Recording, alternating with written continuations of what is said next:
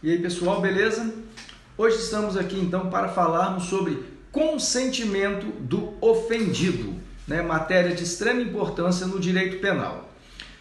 Olha só, gente, o consentimento do ofendido pode apresentar-se no âmbito jurídico penal sob duas perspectivas de acordo com a natureza do crime. Quais sejam elas então? Olha só.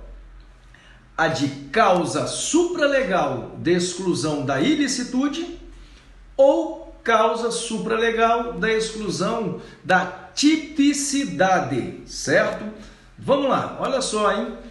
Não obstante ao ordenamento jurídico penal brasileiro não trazer, gente, em seu bojo de forma expressa o consentimento do ofendido como causa supralegal de exclusão da ilicitude ou da tipicidade da conduta, já se tem aceitação, tá, por vários doutrinadores penalistas e jurisprudências quanto a isso, certo, gente? Visto que o Estado, através da lei, não consegue reger e proteger o cidadão de todas as situações de fato que as relações sociais produzem a todo momento, né, gente? Pela sua dinamicidade social, cultural, tá? Ética, política e até religiosa. Logo, senhores, as causas supralegais têm o objetivo precípuo de preencher as lacunas que a lei deixa em muitas situações ocorridas no dia a dia do cidadão, não é isso? O cidadão este que encontra-se inserido num complexo de relações sociais que se renova a cada dia, tá certo? Bem, gente, o consentimento do ofendido como causa supralegal de exclusão da ilicitude. Vamos analisar isso. Ora, nos casos em que no tipo legal o dissenso ou o consentimento do agente não forem elementar do tipo penal expresso em lei, a presença deles expressa pela vítima de um bem jurídico agredido numa situação de fato ensejará uma causa supralegal de exclusão da ilicitude da conduta do autor da agressão, certo? Então, deixa eu trazer um exemplo aqui para vocês, então, quanto a essa primeira parte aí. Olha só, um crime de dano capitulado no artigo 163 do CP. O que acontece? Se o proprietário do bem jurídico consente com a deterioração, destruição ou danificação do seu próprio bem, não há que se falar no crime supracitado, certo, senhores? Pois o agressor estará agindo acobertado pela causa supralegal de exclusão da ilicitude. Mais um exemplo aqui, gente, seria o caso do crime de violação de direito autoral, disposto no artigo 184 do CP. Se o titular desse direito consente com o uso de sua obra intelectual, também não há que se falar em crime, senhores, por parte do agente que a usou, certo? Visto está excluída a ilicitude pelo consentimento do autor da obra, tá certo? Agora, na outra vertente, consentimento do ofendido como causa supralegal de tipicidade. Vamos para a segunda situação.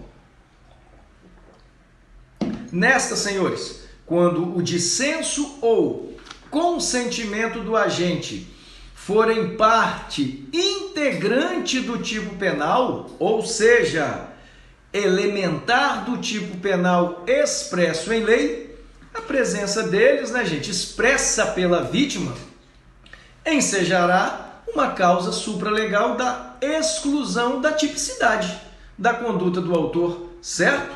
Vamos aclarar isso aqui com um exemplo? Vamos lá. Podemos citar o crime de violação de domicílio disposto no artigo 150 do CP.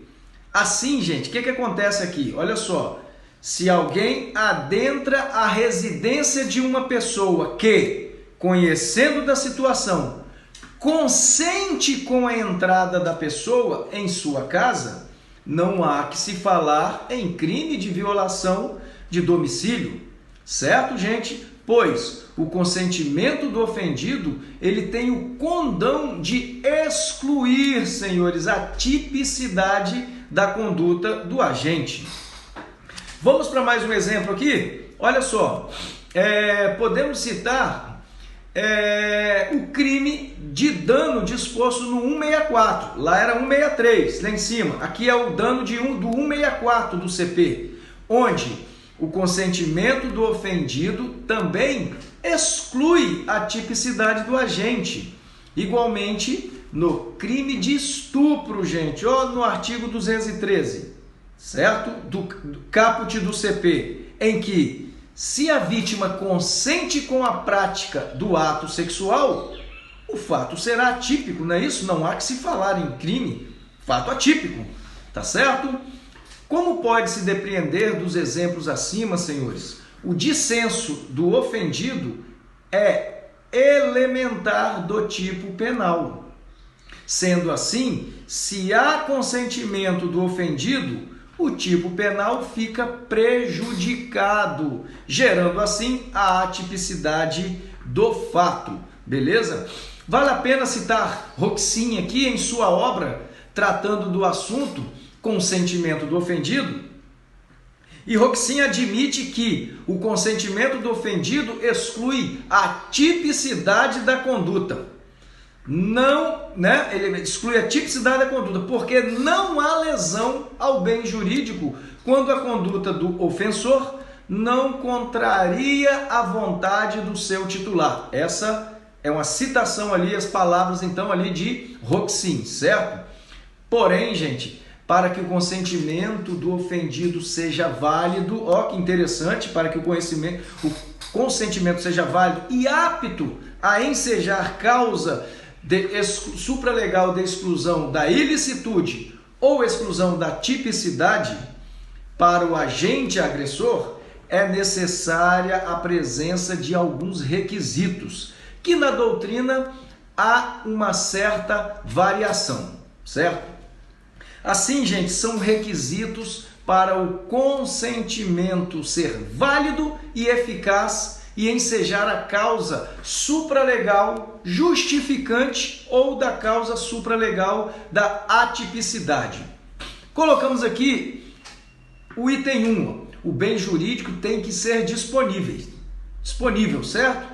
Disponíveis, senhores, são os bens jurídicos que são exclusivamente de interesse do particular, como, por exemplo, a propriedade, a honra e etc. Tá certo?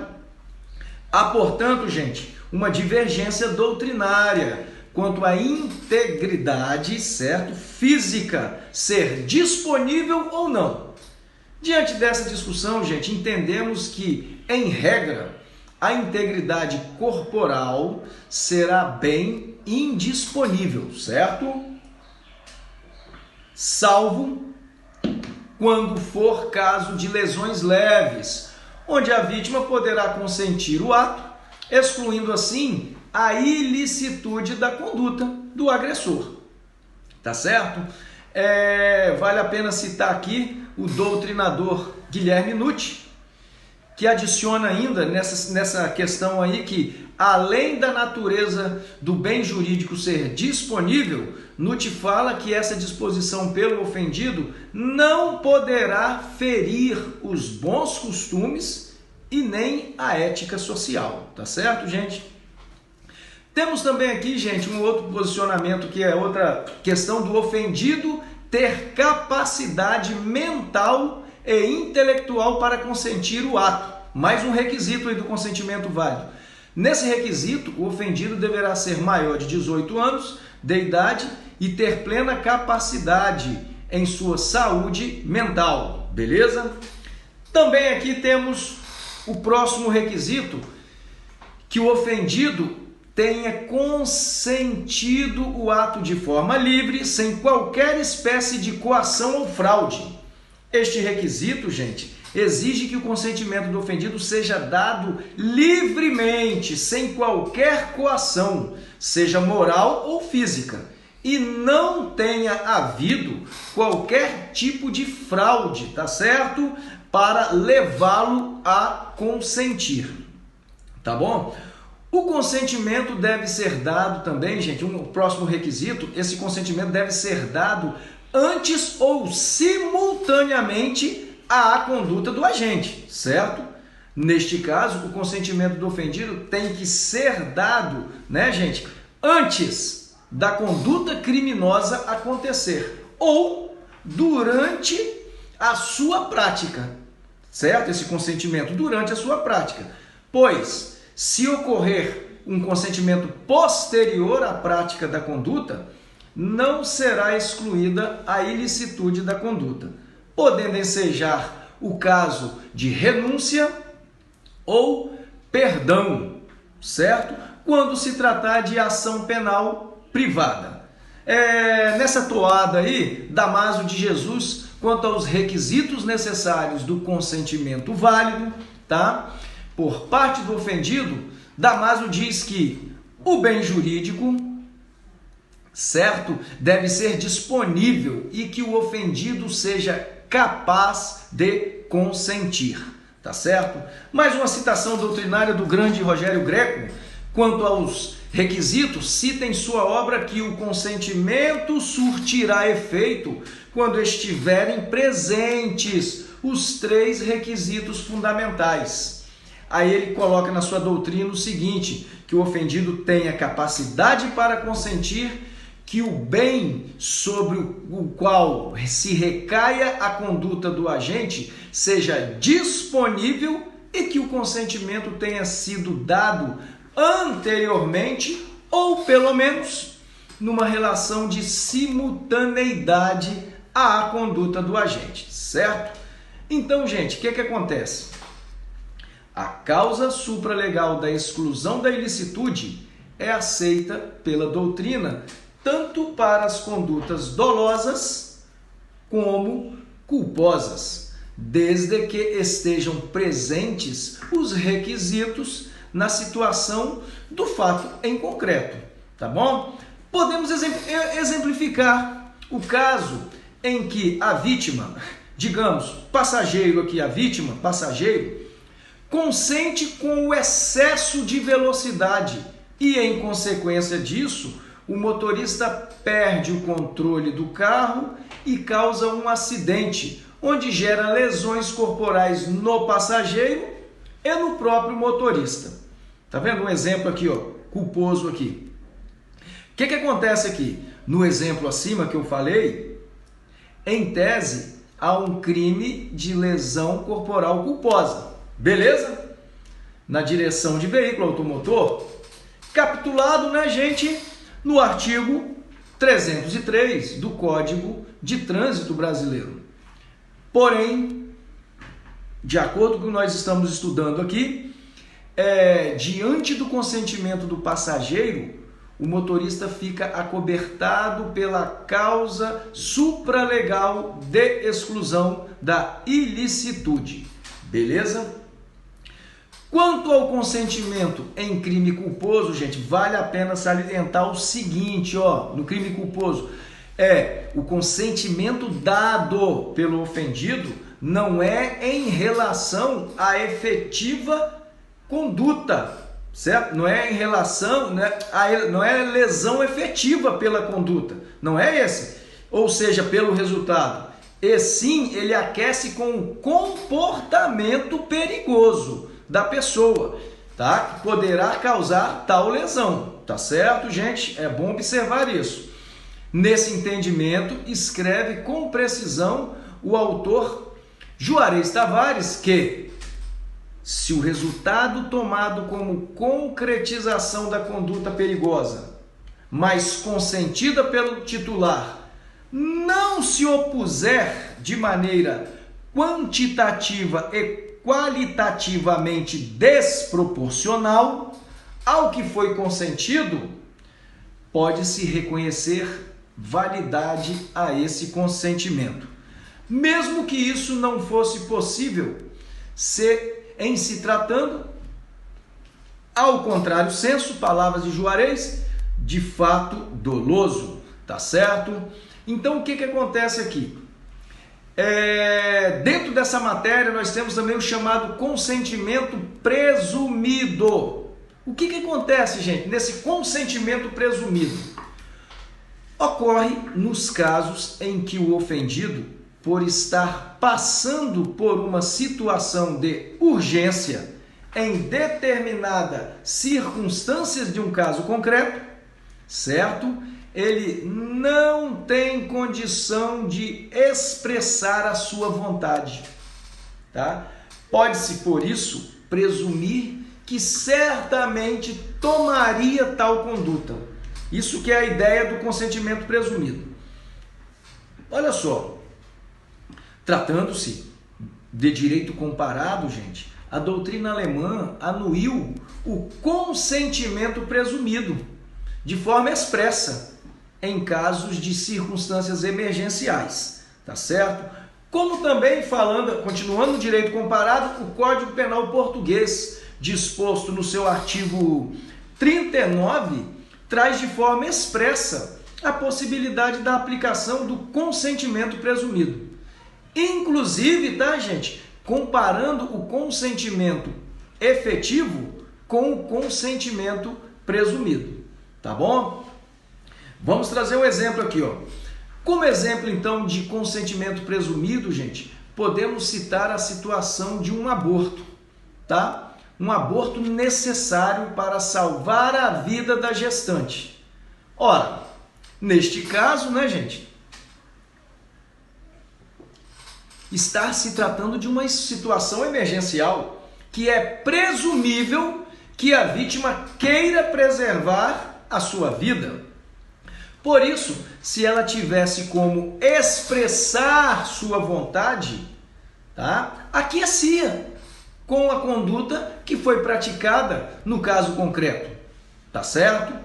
Lembrando aqui então, tá, que no ordenamento jurídico brasileiro, esta situação aí, ó, aborto necessário, essa situação do exemplo supracitado é tratada como uma ação em estado de necessidade e está prevista de forma expressa no artigo 23, 1 do CP, como causa de exclusão de ilicitude legal, tá certo? Então, no direito brasileiro é dessa forma que é regido. O direito penal pátrio não adota o consentimento presumido, visto que nestes casos a relação jurídico-penal é resolvida com a aplicação do estado de necessidade expresso na lei penal, tá certo, gente? O doutrinador Assis Toledo, acerca desse assunto, cita em sua obra que é inútil a prática do consentimento presumido. Citação aí de Assis Toledo. É inútil. Por quê? Tendo em vista que, em ocorrendo tal hipótese, será aplicada a regra do estado de necessidade. Certo, senhores? Então, o que acontece aqui? Assim, essa é a exposição do tema consentimento do ofendido, conforme a dogmática jurídico-penal brasileira. Tá certo? Aguardo vocês numa próxima aula. Valeu!